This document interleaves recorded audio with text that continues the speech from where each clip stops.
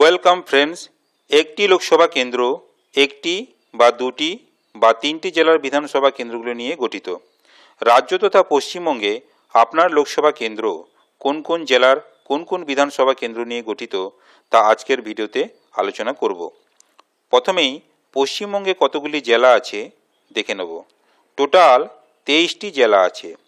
আজকে আমরা যে লোকসভা কেন্দ্রটি নিয়ে আলোচনা করব সেটি হলো কলকাতা দক্ষিণ লোকসভা কেন্দ্র। এই লোকসভা কেন্দ্রটি দুটি জেলা দক্ষিণ চব্বিশ পরগনা এবং কলকাতা জেলার বিধানসভা কেন্দ্রগুলো নিয়ে গঠিত। দক্ষিণ চব্বিশ পরগনা জেলাতে টোটাল 31টি বিধানসভা কেন্দ্র আছে। তার মধ্যে কসবা, বেহালা পূর্ব, বেহালা পশ্চিম এই লোকসভা কেন্দ্রের অন্তর্গত। কলকাতা জেলাতে টোটাল 11টি বিধানসভা কেন্দ্র আছে।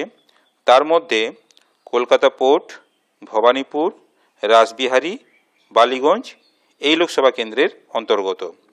দক্ষিণ চব্বিশ পরগনা এবং কলকাতা জেলার এই 7টি বিধানসভা কেন্দ্র তথা কসবা, বেহালা পূর্ব, বেহালা পশ্চিম, কলকাতা পোর্ট, ভবানীপুর, রাসবিহারী এবং বালিগঞ্জ এই 7টি বিধানসভা কেন্দ্র নিয়ে কলকাতা দক্ষিণ লোকসভা কেন্দ্রটি গঠিত। আপনাদেরকে একটি ছোট্ট ইনফরমেশন দেওয়ার চেষ্টা করলাম। ভিডিওটি ভালো লাগলে শেয়ার করবেন। আপনারা ভালো থাকবেন, সুস্থ থাকবেন।